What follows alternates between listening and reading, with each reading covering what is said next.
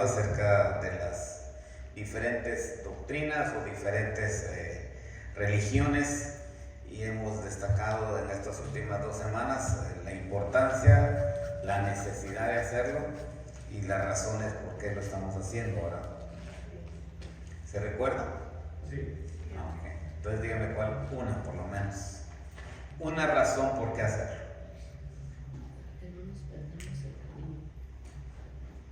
Para que no nos perdamos el camino. Para que no nos engañen. Y no seguir guías equivocados. Para no seguir guías equivocados. ¿Cuál otra razón? Para vivir en la verdad. Para vivir en la verdad. Para aprender más.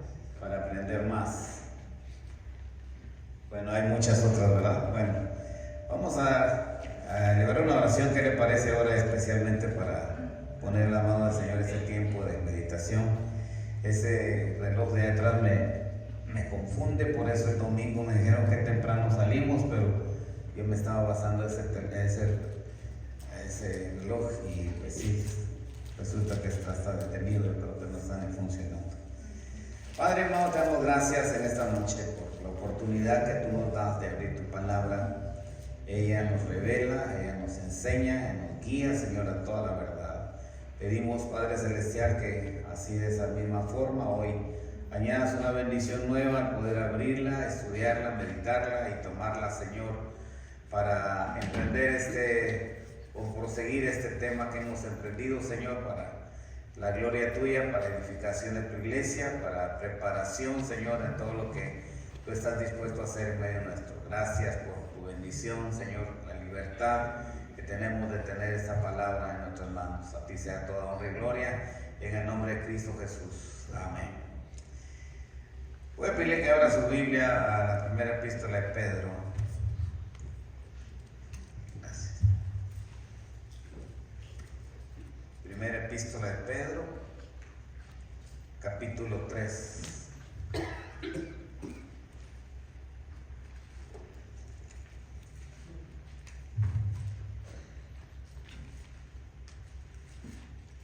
Preguntaba yo al principio algunas razones por qué estudiar, pero ahora vamos a dejar que la Biblia nos diga cuál es una de las razones por qué estar atentos y preparados. Primera epístola de Pedro, capítulo 3, versículo 15. Bueno, leámoslo desde el 14, para seguir esa secuencia, ese pensamiento que trae el apóstol escribiendo. Primera epístola de Pedro, capítulo 3, versículos 14 y 15, dice: Mas también si alguna cosa padecéis por causa de la justicia, bienaventurados sois. Por tanto, no os amedrentéis por temor de ellos, ni os conturbéis, sino santificad a Dios el Señor en vuestros corazones, y ahí viene el sentido de este estudio, y estad siempre preparados para presentar defensa con mansedumbre y reverencia ante todo el que os demande razón de la esperanza que hay en vosotros. Amén. Digamos eso. Disculpe, pero esta cosa. Tengo que bajarlo un poquito.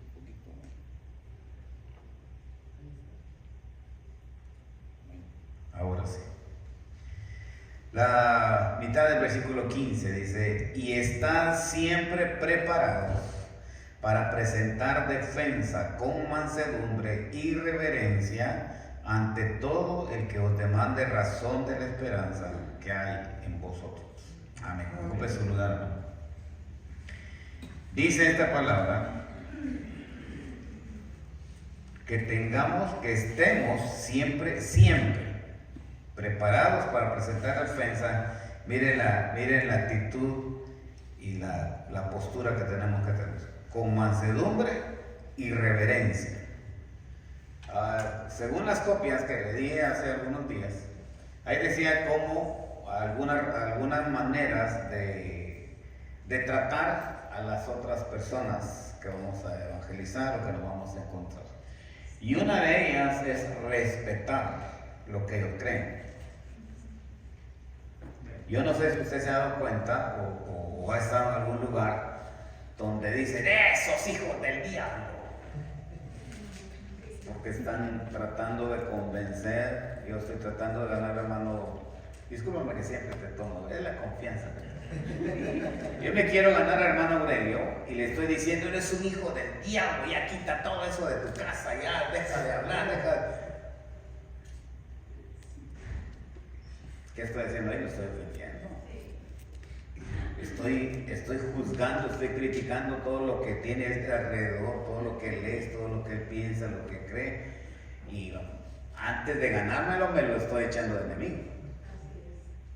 Entonces, mire lo que acabamos de leer. Dice que tenemos que presentar defensa con mansedumbre. ¿Y qué? Y reverencia. ¿Qué reverencia? Una manera de respeto. Una manera de considerar, bueno, el hermano está así o esta persona está así y no sabe. Entonces, no voy a llegar a maltratarlo, ofenderlo y queriéndolo sentar aquí y arrodillarlo. No, esa ha sido una manera muy errónea que algunos han ocupado. Entonces, bíblicamente es la manera de llegar a entablar una conversación, la oportunidad que se nos da de presentar el Evangelio, de presentar a Cristo, sin ofender, sin dañar, sin herir los sentimientos de los pensamientos de la persona. Dice ahí la palabra del Señor que presentemos defensa, o sea, defendámonos, pero tampoco es para, ¿verdad? Dice la palabra del Señor que no tenemos lucha contra carne ni sangre, o sea, no es de agarrarnos a golpes, es un asunto de hablar y de saber hacerlo, ¿verdad? Entonces, que el Señor nos ayude en este asunto. Y también otra de las cosas que vimos la semana pasada es que hay cuatro puntos de orientación básicos que tenemos que saber, tanto nosotros, los que somos evangélicos, los que somos cristianos, como saber también esos mismos puntos se aplican a las diferentes otras religiones. Hoy vamos a empezar con nosotros mismos. Dice la palabra del Señor que el juicio debe empezar en casa. Así es de que vamos a empezar a considerar qué creemos, qué pensamos nosotros. Antes de ir y aprender y ver, estudiar qué creen los demás, vamos a ver qué es lo que creemos nosotros, ¿verdad? Muy bien. Como ya esto lo vimos la semana pasada, ¿cuáles son esos 4 puntos de orientación? Deme uno. La Biblia. A ver. No. ¿Quién es Dios? Ok, ya. Uno. Vamos a darle oportunidades, aunque ahorita ya empezaron a caer. Ya empezaron. Ya dio el primero, el hermano ya dio uno. Dios. ¿Quién es Dios?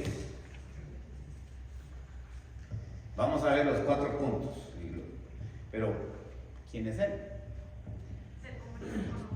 Se comunica con nosotros. ¿Cómo se comunica? Por medio de la oración. ¿Cómo se comunica? ¿Cómo? Por la Biblia. ¿Cómo se ha comunicado? Incluso hasta por sueños. Por sueños. Dice Romanos capítulo 1, versículo 16 en adelante. Dice que el hombre conoció todo lo de Dios, aún lo que no se ve. Su infinito poder y misericordia. Usted no lo ve, lo siente, lo percibe, pero no lo ve moverse. Y su infinita misericordia tampoco la vemos, la disfrutamos, es nueva cada mañana. Pero el hombre, dice ahí Romanos, estuvo consciente, supo, distinguió entre lo bueno y lo malo y supo identificar, supo ver que lo que estaba viviendo era Dios, o sea, Dios obrando. Pero dice, no le dieron la honra a él. No lo adoraron, sino que se inclinaron a su propia concupiscencia y empezaron a adorar a otras personas, incluso se desvanecieron bueno, ahí concluye el capítulo 1 de Romanos hablando acerca de lo que descarriado que se convirtió el hombre, que cayó en el pecado. Pero ¿cómo empezó? Ignorando a Dios. Entonces, volviendo a la pregunta, ¿de qué otra forma ha hablado Dios?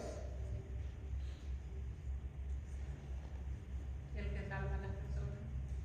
El que salva a las personas. Que salva a las personas. En la creación, el universo mismo. en el universo mismo. Y hay un salmo que habla bien clarito de eso. En Apocalipsis capítulo 1 versículo 8 dice: yo soy el alfa y el omega, el principio y el fin, dice el Señor. El principio y el fin. O sea que Dios ha hablado. Los cielos cuentan la gloria de Dios y el firmamento anuncia la obra de sus manos. Un día emite otro día y bueno, ahí empieza como describe. La Biblia misma me dice, o nos dice, nos revela cómo habla Dios. Entonces, hay muchas formas, hay muchas maneras de decir así es Dios, así yo, para mí así es. O sea, la Biblia me dice, me enseña, me revela que así es Él. En cuanto a eso, dijimos que hay que considerar, hay que ver, estar claros lo que la Biblia me enseña, porque puede haber el peligro, y lo hay, y que el Señor nos libre de eso, que nosotros nos creamos la idea de un Dios a nuestra manera, a nuestra conveniencia. Como ejemplo, por ejemplo, si Dios no me convence, si Dios no me responde como yo le estoy pidiendo, Dios me falla. Dios, no, de plano, me abandonó, me dejó, porque no respondió como yo pedía. Entonces, ¿qué está pasando ahí? Me estoy haciendo la idea de un Dios a mi manera, a mi conveniencia, a como yo lo quiero, a nuestro ideal. Entonces, nos estamos haciendo Dios a nuestra propia imagen. Y no es así. Nosotros somos los que estamos hechos a la imagen de Él. Entonces, hay mucho que ver en cuanto a eso. Entonces, le decía que surge el problema de crearnos la idea, la imagen, el pensamiento, la creencia de un Dios a mi conveniencia. Entonces ya no es conforme a la palabra de Dios. Eso entonces me lleva a dudar, a alejarme y en algún momento a ignorar o a negar a Dios, porque no me contestó como yo le pedí, porque no me dio lo que yo le pedí, porque no lo hizo cuando yo se lo pedí. ¿Se imaginan, hermano? Y hay mucha gente, incluso como le digo, algunos desde el púlpito diciéndole eso. Una manera de ver este punto, usted no lo va a ver acá, que la gente está viniendo y le dice: venga y pacte con Dios, venga y negocie con Dios. Significa eso, no es otra cosa.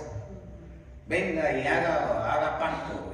Y entonces ahí empieza, y como Dios no responde, Dios no da, como Dios, entonces ese Dios falló. Entonces viene la gente y dice: mire, yo hice un pacto, pero pues no me contó. No, falta algo, te falta fe. Entonces están hiriendo la mente de la persona, están poniendo en duda. Bueno, entonces, ¿cómo puedo creer en Dios? No, el asunto acá, hermano, es que, como ustedes mismos lo acaban de decir, a través de la Biblia, a través de la oración, a través de una búsqueda sincera, a través del ayuno, de la oración y de muchos otros medios de gracia, podemos, y el hombre ha llegado a conocer quién es Dios. Amén. En este aspecto, entonces, tenemos que, y esto, como le digo, esto solamente estamos poniendo, y conforme vayamos viendo y extendiéndonos en esto, vamos a ir todavía descubriendo qué más podemos hablar acerca de Dios. Otro punto de orientación, ¿cuál es? En el orden que lo dimos, es el pecado. ¿Qué es el pecado? Todo lo que contraría a Dios. Todo lo que contraría a Dios.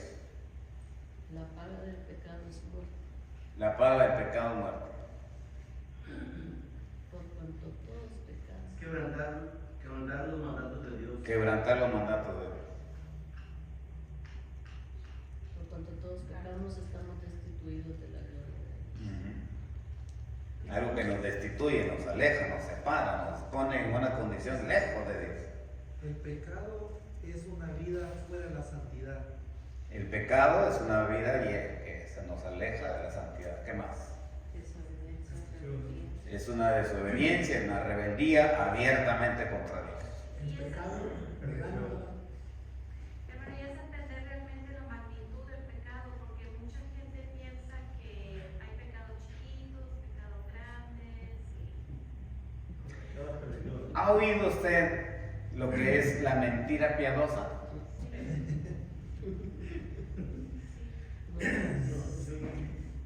O un mal necesario.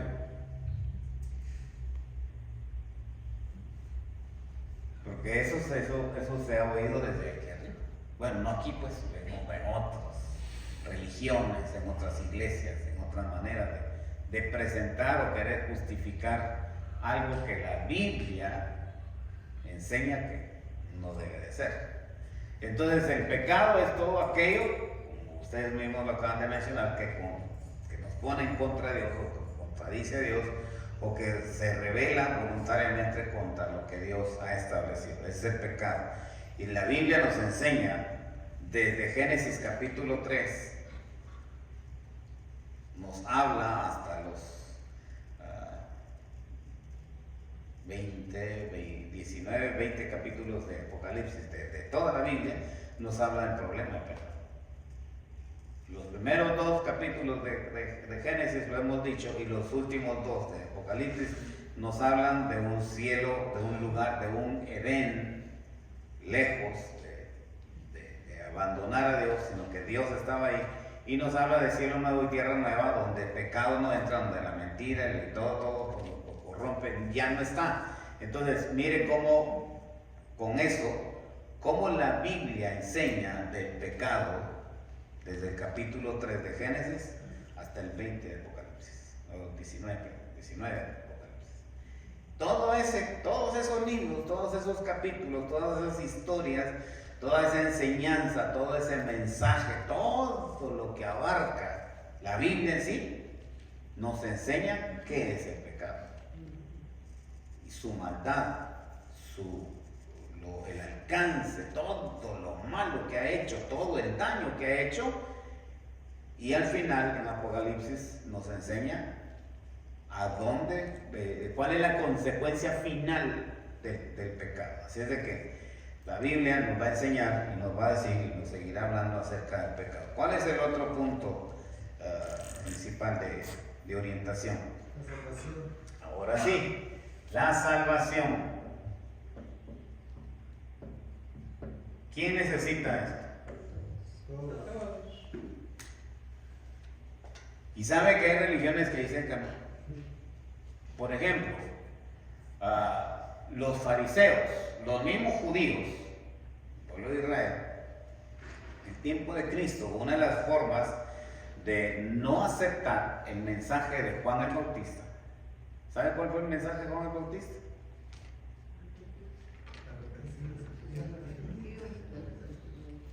A ver, dígalo más fuerte.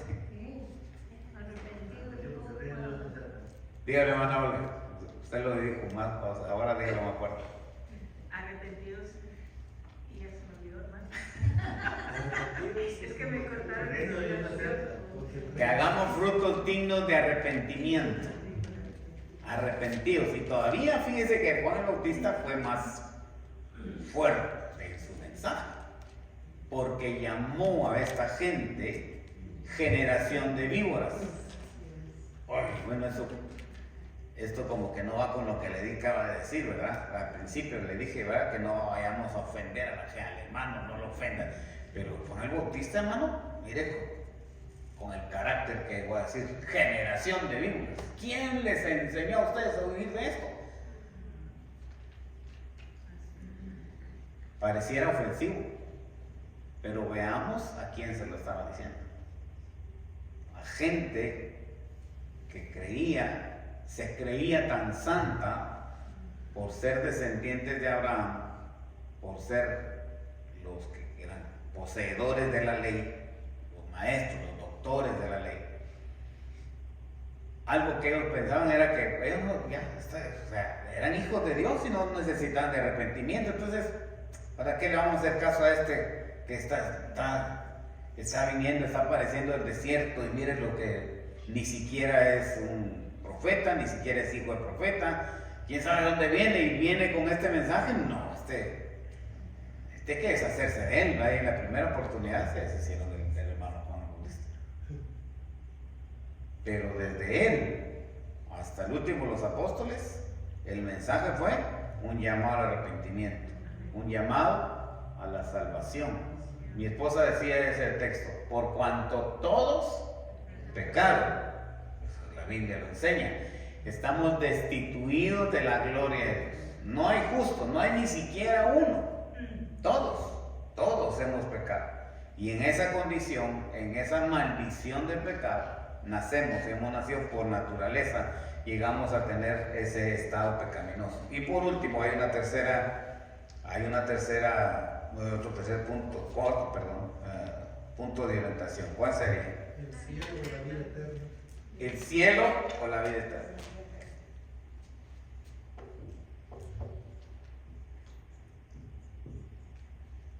Hay un canto que dice: oh sí, es un cielo aquí. Por cierto, era el canto de una hermana muy querida, ¿verdad? Crucé el Jordán y me encuentro en Canaán. Oh sí, es un cielo aquí. Y pareciera que estamos diciendo que aquí es un cielo, pero aquí no es el cielo. Esa es la manera de expresar la experiencia de salvación. El que ya es perdonado, el que ya ha sido limpiado con la sangre de Cristo, dice la palabra del Señor, que el Señor nos ha puesto en lugares celestiales. En ese aspecto, o en esa experiencia, estamos disfrutando ya de una relación con Dios, estamos disfrutando ya de una comunión con Él, y por lo tanto entonces es considerado como un cielo. Pero en realidad, ¿qué nos enseña la Biblia? ¿Qué le ha enseñado a usted la Biblia de qué es el cielo? No le digo qué le está enseñando yo, o qué oyó en aquella iglesia, qué oyó aquel, que no. ¿Qué ha encontrado usted en la Biblia? ¿Qué es el cielo? He encontrado que el cielo es el lugar donde habita el Señor, donde no hay pecado conocido. Muy bien, el cielo es un pecado libre de pecado, perdón, es un lugar libre de pecado, corrijo. Dice que no se necesita el sol porque Cristo es la luz. Muy bien, no hay necesidad de sol porque Cristo ilumina todo allá. Calle de oro, mar de cristal. Es la meta todo cristiano. Es el lugar donde van a ir todos los que se santifican, ¿no? Es el lugar que nos espera. Un lugar donde ya no habrá más llanto, más tristeza, más sufrimiento. Donde todo lo que hemos sufrido aquí quedará y allá será alegría y gozo. Amén. Le acabo de hablar yo del pecado, que empieza desde el capítulo 3 de Génesis y termina en Apocalipsis. Bueno, extendámonos un poquito más. Y antes del capítulo 3 de Génesis, el primero. Es más, Génesis 1:1, ¿qué dice? Ah, qué facilito, ¿no? Pero mire lo que empieza a revelarnos Dios ahí. Que Dios hizo los cielos. Mire de dónde empieza Dios a hablarnos de ese lugar. De ese lugar. ¿Y cómo termina Apocalipsis? Todavía en el capítulo 21.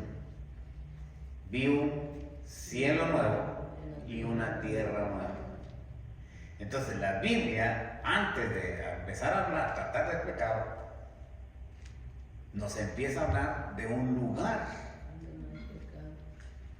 hecho por Él, preparado para nosotros. Ese es el final del mensaje del cielo en la Biblia. Hecho por Él, preparado para nosotros. Es todo lo que es el cielo. Ay, pensé que iban a ver a mí. Así pero como que, ay, no la creemos, ¿verdad? No, es que es mucha belleza para que... Si es belleza y es realidad, es verdad. Amén. No se lo estoy prometiendo, no se lo estoy presentando yo. Es Dios el que le dice que Él lo hizo para tenerlo usted también. Amén. Voy pues a preparar lugar para que donde yo esté, vosotros también estéis. Qué precioso, hermano, mire, saber que Cristo amoroso, poderoso, triunfante en la cruz del Calvario, lo hizo para llegar a Él, pero también llevarlo a usted, pensando en usted. Amén, amén. Entonces, hermano, qué precioso es saber de todo esto. Pero todo eso, hermano, no seamos egoístas. Lo creemos, lo vivimos, lo conocemos de la Biblia, pero tenemos que compartirlo. Amén. Y tenemos que saberlo nosotros mismos. Entonces, aquí hay unas hojas que vamos a repartir hoy. Esta es la primera y esta es la segunda. Vienen dos. Porque lo vamos a hacer de esta forma, mire. Cuando ya lo tenga, no se lo doy ahorita porque si no, ya mediano me puede hacer eso. Usted la 1 y la 2 la va a poner aquí así y la va a ver así. Porque si la ponemos así, por eso no se le grabe, porque si la ponemos así no le vamos a encontrar sentido. Le encontramos sentido si usted quiere, le corta aquí y lo pega para hacer un solo cuadro, como usted lo quiera, o lo mantiene así como como le va a llegar, para seguir la secuencia. Porque esto en realidad, este es el modelo para el estudio. De aquí nos arrancamos, de aquí vamos a ver, porque lo que acabamos de terminar de ver ahorita, de repasar los 4 puntos comparativos, los 4 puntos básicos, no solamente para nosotros, sino para las otras religiones, lo vamos a ir contemplando en este cuadro. Entonces, no sé si me arriesgo a dárselo. Dijo que sí. Bueno, vamos a ver cosas. Si ven, hermano René.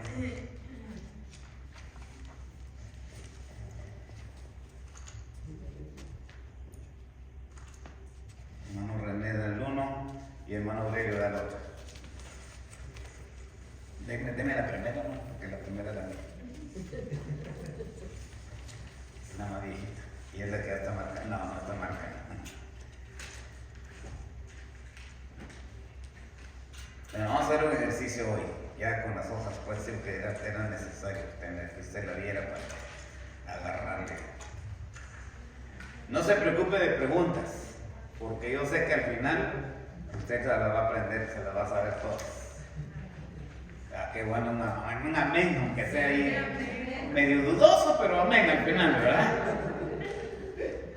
No lo duden, hermano. Créalo con su corazón, que aquí vamos a aprender. Gracias.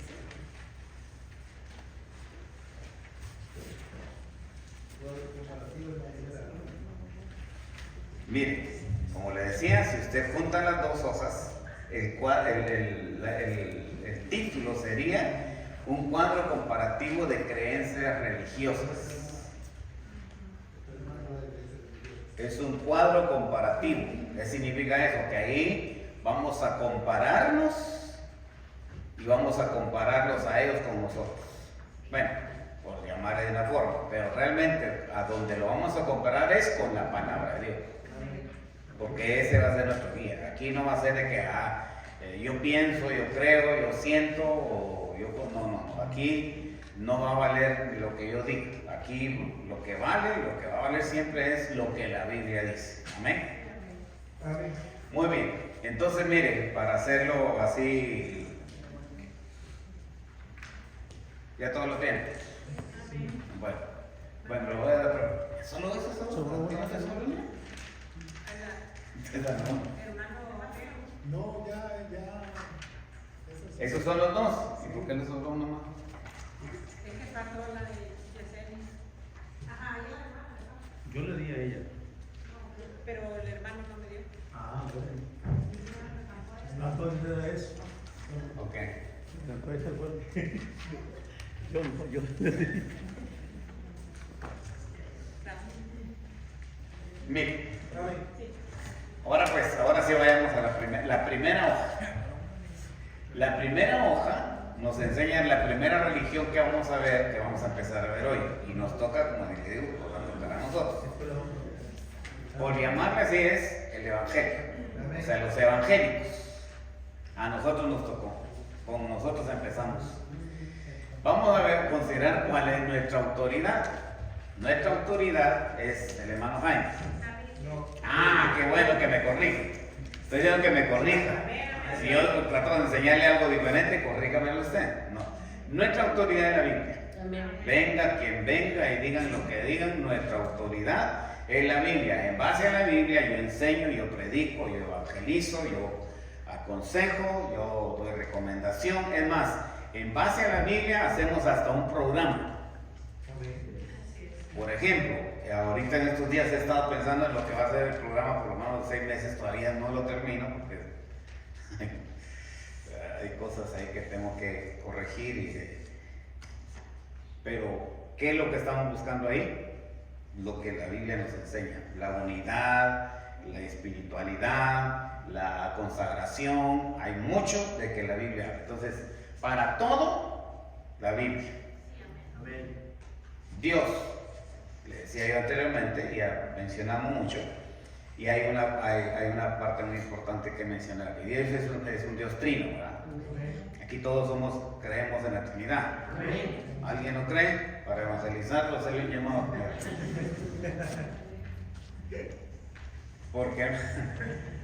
Porque vamos a encontrar, ahí usted va a ver después, dependiendo de la religión que nos toque, hay muchos que no creen en el Padre y no creen en el Espíritu Santo, solo creen en Jesús. Pero bueno, que el Señor nos ayude, ¿verdad?, a poder entender esto. Hablando de la Trinidad, anticipándome a lo que ellos se basan para contradecirnos a nosotros, es que en la Biblia no aparece esta palabra. Y ahí tienen razón, pero eso no quiere decir que, entonces mejor no lo creamos. No, tenemos un Dios trino. Desde Génesis dice: hagamos al hombre. ¿Quién dijo? Dice: y dijo Dios, hagamos. No se lo comentó a Adán, no se lo comentó, pues esto ni siquiera Adán estaba, y mucho menos a los animales, ¿verdad? Esa es la Trinidad. Estaba el Padre, el Hijo, el Espíritu Santo. Después sigue los primeros capítulos, los primeros versículos de Génesis, y dice que el Espíritu se movía. Dios Padre planeando, el Espíritu se movía, y más adelante vemos la promesa de un Salvador. Aparece también mencionado ahí lo que es Cristo. Pasa el tiempo. Llegamos al tiempo de Cristo, estoy corriendo la historia. Llega el tiempo de Cristo, y Cristo, cuando ora, le dice: Padre, glorifícate o glorifícame con la gloria que tuvimos antes de que el mundo fuera. ¿Quién lo está diciendo? De la Trinidad, ¿quién lo está diciendo? Jesús. El Hijo. Se lo está diciendo al Padre. ¿Y quién lo va a venir a confirmar? El Espíritu Santo. Entonces hay mucho que decir. Aunque la palabra Trinidad no aparezca, nosotros vamos a creer y vamos a predicar y vamos a honrar, y es más, vamos a bautizar, vamos a bendecir la Santa Cena. La conmemoramos en el nombre del Padre, el Hijo y el Espíritu Santo. Un bautismo, a los que he tenido la oportunidad de bautizarlo, algunos aquí, los hemos bautizado en el nombre del Padre, del Hijo y del Espíritu Santo. O sea, todas las ceremonias las confirmamos como la Biblia le enseña, ¿verdad? En el nombre de la Trinidad. Sigue hablando acerca del pecado. Ya hablamos, es rebelión de todos contra Dios. Esto es algo que tenemos que considerar y saber, que nosotros los cristianos evangélicos creemos que el pecado condena, el pecado separa, el pecado daña, el pecado ha afectado y seguirá afectando. Yo he predicado y lo he recalcado muchas veces: ¿cuál es la reacción de Dios ante el pecado? ¿Se aleja o castiga? Así como la hermana se lo ha memorizado, memorícelo usted. Porque yo le predicaba así: cuando Dios ve el pecado, cuando Dios quiere tratar el pecado, o se aleja o lo destruye. Una de dos. Pero Él no se va a quedar ahí como que nada ha pasado, como que no me afecta. o que a él no le importa. No, cuando él ve el pecado o lo destruye, prácticamente se aleja. Entonces no puede ser compatible en cuanto al pecado. De eso vamos a ir hablando también en cuanto vayamos avanzando esto. La salvación es por gracia, ¿verdad? ¿O es por obras? Gracias. Vamos a ver que otras religiones creen que la salvación se alcanza por obras. Deme usted un ejemplo, o mencione algún ejemplo si usted sabe, conoce, o tal vez en algún momento practicó algo que usted consideraba en hacer esto para ganar el favor o el perdón, o en algún dado caso alcanzar salvación. A ver, hermano. Pues yo creía más antes que siendo una buena persona, tratando de servir al mundo y todo lo mejor que uno pudiera. Haciendo el bien, Sí, sin dañar a nadie. sí, que no, Alguien más que haya escuchado, haya visto. que no había necesidad de ir a las iglesias. Ayudando a otras personas, haciendo buenas obras. Siendo buen samaritano. Eso es correcto. Es buena práctica, no lo negamos. Habla bien, damos buen testimonio, obramos bien, damos buen ejemplo y estamos dando muestra de que somos diferentes. Pero no es el medio. La salvación se alcanza por gracia y por fe. Por gracia, que el Señor de verdad no nos da conforme lo merecemos, ¿verdad? Su gracia nos alcanza, su gracia nos perdona, su gracia está ahí, nos abraza. Y se alcanza por fe. No tengo que hacer otra cosa más que creer con todo mi corazón que Cristo murió por mis pecados.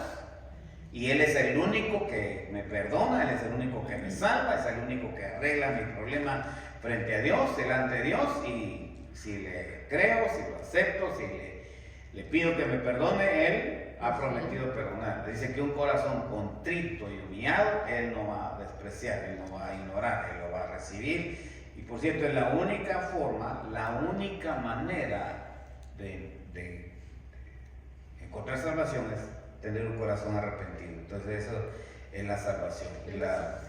Esa obra es del Espíritu Santo, porque muchas personas quieren, dice, por ejemplo, hay gente que le dice, tienes que decir esta oración de fe, y la gente muchas veces la dice, pero no es nacida del corazón, porque un corazón contrito humillado es el que hace la diferencia. Porque muchos dicen, pueden haber muchos en una iglesia, pero muy pocos que sean salvos porque no se han arrepentido de verdad todos sus pecados. Entonces, también es un trabajo del Espíritu Santo en el corazón de las personas. Dice que Él es el que convence. Amén. Y Él es el único que lo hace.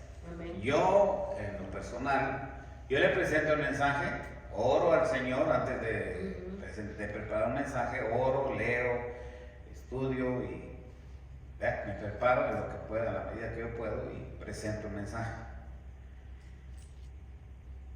De ahí en adelante, lo que usted sienta, lo que usted reciba, lo que a usted le toque, lo que a usted le quebrante el corazón, lo que a usted en verdad lo humille delante de Dios, es el Espíritu Santo. No soy yo, ni siquiera son mis palabras, ni siquiera la manera que se lo estoy diciendo, no. De ahí en adelante es ministerio del Espíritu Santo. Cuando hay alguien que se quebranta, cuando hay alguien que llora, cuando hay alguien que le duele escuchar esa palabra y de plano no se puede quedar sentado, ya no puede permanecer igual, corre al altar o busca un momento alguien para buscar ayuda.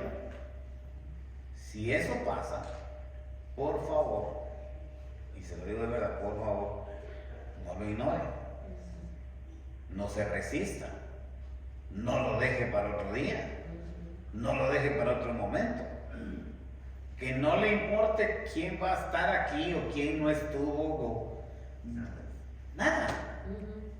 Tampoco espere, no voy a esperar que vaya a ser que en la iglesia, porque aquí en el parque como que no, aquí no. Mire, el ministerio del Espíritu Santo es tan precioso que salva en la playa, salva en el parque, salva manejando, salva, habla, trata, convence, redarguye, corrige. Él salva, Él santifica, donde menos usted se lo imagina. Y si es en la casa de Dios, pues qué maravilloso, ¿verdad? Si es en un tiempo de mensaje, si es un tiempo de adoración, hay servicios donde no hay predicación. Yo como añoro un servicio así, porque hay una libertad plena, no hay duda, en verdad no hay ninguna duda que el que ha ministrado ese tiempo ha sido el Espíritu Santo.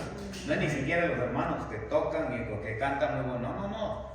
Olvídense de eso, tampoco se lo van a creer los demás, son esos instrumentos del Señor, somos servidores de Él. Así es de que, hermano, eso es la voz del Espíritu Santo. Muy bien, yo quiero hablar entonces, volviendo a lo que es la Biblia. La Biblia, hermano, tiene su historia. No es un libro cualquiera. No es una literatura más. Es el libro de los libros. Amén. Amén. Es la santa palabra de Dios. Aleluya. Y yo quiero decirle, como se lo he dicho otras veces, así como usted considera a Dios, ya tuvieron la oportunidad de decir quién es Dios: es eterno, es verdadero, es justo, es santo, es perfecto, no falla, todo lo que es Dios, así considéralo para la Biblia. Amén. Amén. No es un amuleto para tenerlo en el Salmo 23 ahí a la puerta de la casa, o el Salmo 91 y tocarlo antes de salir y luego regresar otra vez tocarlo. Pues si usted lo hace así, pues qué bueno. Pero no es una cuestión que sin esto, sin que yo haga, no, eso se guarda en el corazón. Se cree con todo mi corazón lo que Él dice, lo que ese libro habla. Ese libro ha sido escrito por más de 40 personas, libres, esclavos, reyes, en buena posición, pobres, de muchas formas. Ha sido escrito cada uno de esos libros. Y todos apuntan a lo mismo, todos mencionan lo mismo, todos reconocen a Dios, todos mencionan a Dios, todos hablan lo que es llamado inspirado por el Espíritu Santo. Dios, a través de su Espíritu Santo, los ha inspirado durante ese lapso de tiempo y en los diferentes lugares, en diferentes condiciones y situaciones, como le digo, unos en guerra, otros en tiempo de paz, unos en el exilio, otros en Jerusalén, unos ancianos, unos jóvenes, unos que fueron alcanzados desde niños, otros que fueron alcanzados después, pero todos guiados por el Espíritu Santo. Amén. Cada uno de ellos tuvo su oportunidad, claro. Fueron hombres, como dice la misma palabra de Dios, sujetos a padecimientos tal como usted y como yo. Algunos de ellos dudaron, Sí. algunos de ellos lloraron. Es más, algunos de ellos le dijeron a Dios: ¿sabes qué? No quiero que hagas. Ya. Es más, ya no voy a hablar más de ti. Por lo menos yo sé de 2 de ellos. Jeremías es uno de ellos. Y mire usted Jeremías, uno de los profetas mayores. Él le dijo a Dios: ya no quiero que me hable, ya no quiero hablar, ya no quiero. Y efectivamente dejó de hablar, dejó de predicar. Pero fue el peor de sus momentos, que él escribe más adelante que había un fuego dentro de él que lo consumía, que no lo dejaba en paz, que no lo dejaba tranquilo, hasta que empezó a hablar otra vez, encontró el verdadero gozo. Jonás fue otro. Jonás también dijo: no. Y usted sabe la historia. Y si no ha sido por un pez, algunos dicen que fue una ballena, si fue una ballena o no fue una ballena. Pero Jonás dijo: no, ya. ¿Usted cree la historia de Jonás? Amén. Sí. No le va a pasar que una niña de la escuela le dijo a su maestro, le habló de la historia de Jonás. Y le dijo: y le dice el maestro, queriendo avergonzar a la niña: ¿y tú crees esa historia? Sí, la creo. Y si me dijeran que que Jonás fue el que se tragó a la mañana, la creo. Entonces viene la niña, ahorita el maestro te decía arriba. Entonces vino la niña y le dijo, bueno, cuando estemos en el cielo, te lo preguntamos.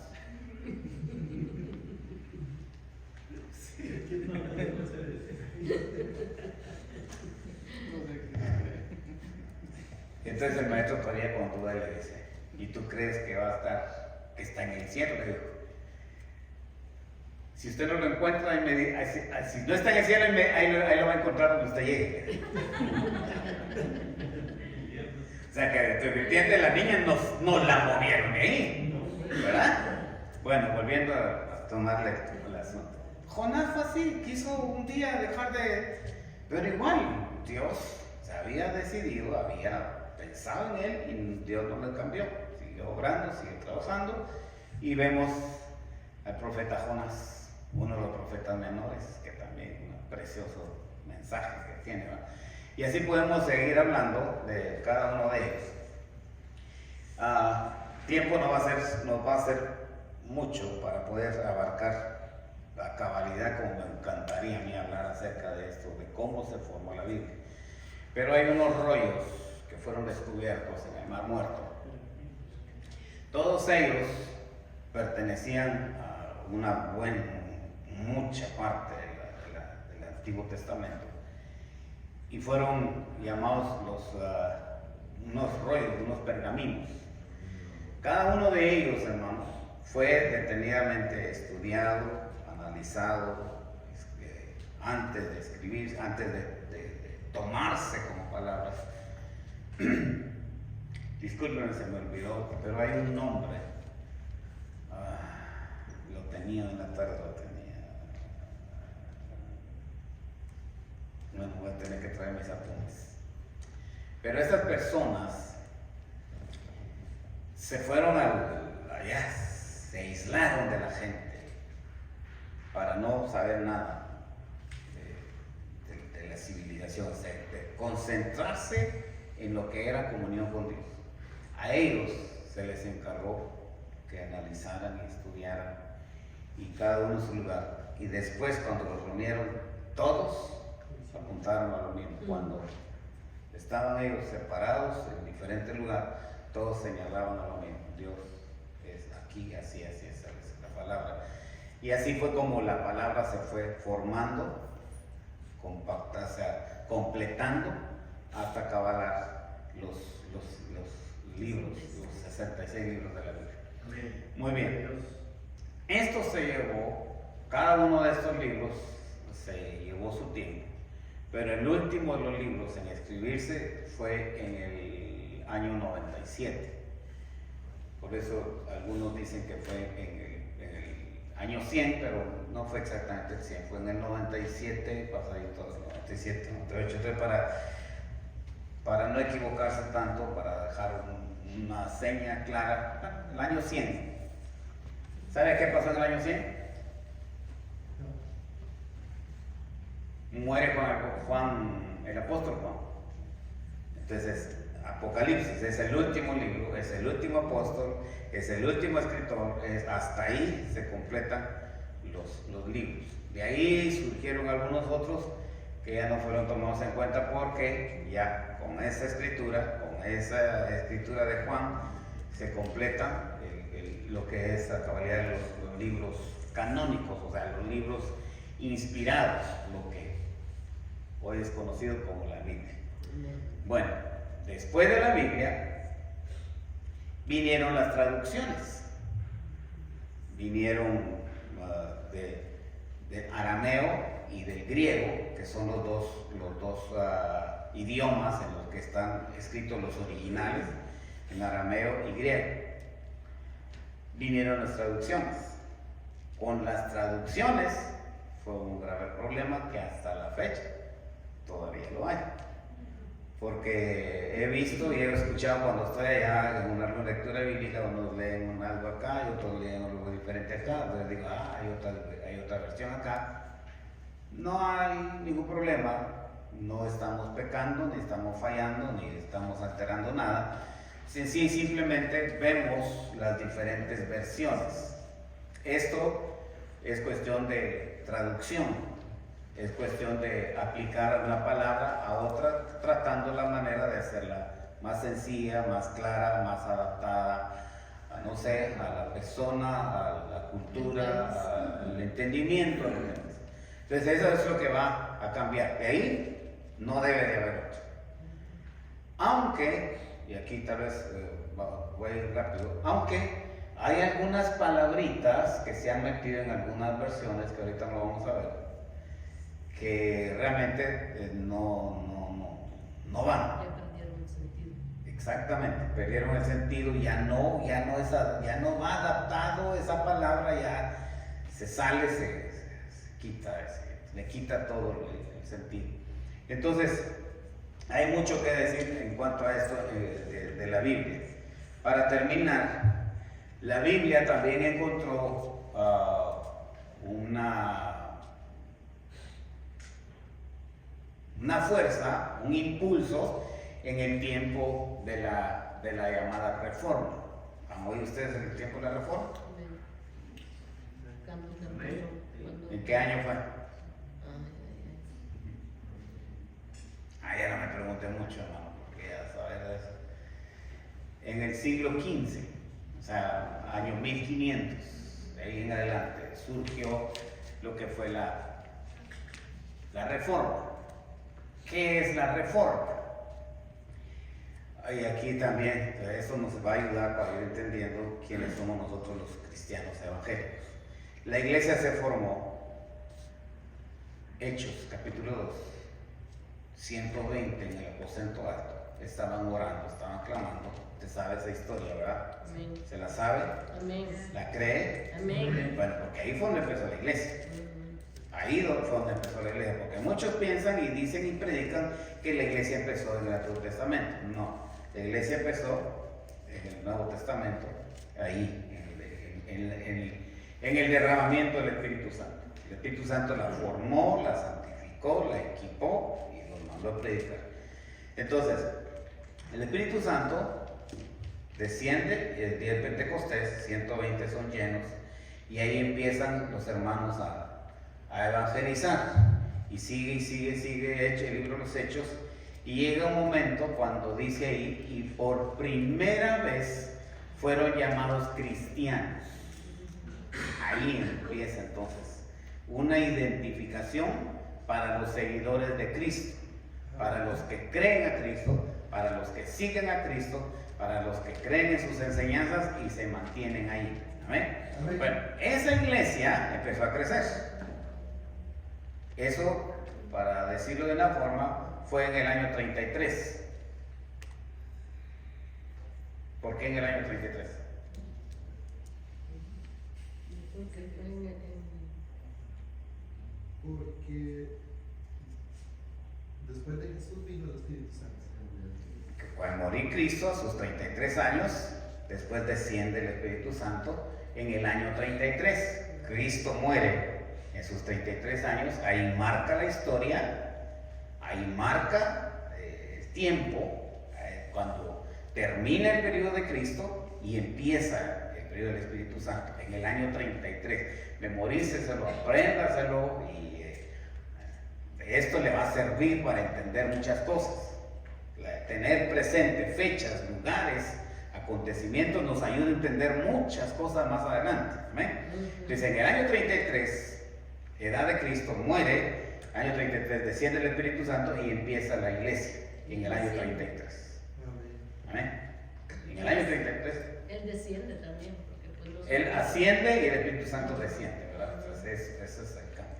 Entonces, eso pasa en el año 33. Empieza la iglesia y empiezan a surgir muchas cosas. En el año más adelante, le decía, en el año 97, muere Juan. Después de este tiempo, se empieza a escribir. Aquí es tan novedoso, tan especial, hablar acerca de, por ejemplo, ¿cuál fue el primer libro del Nuevo Testamento?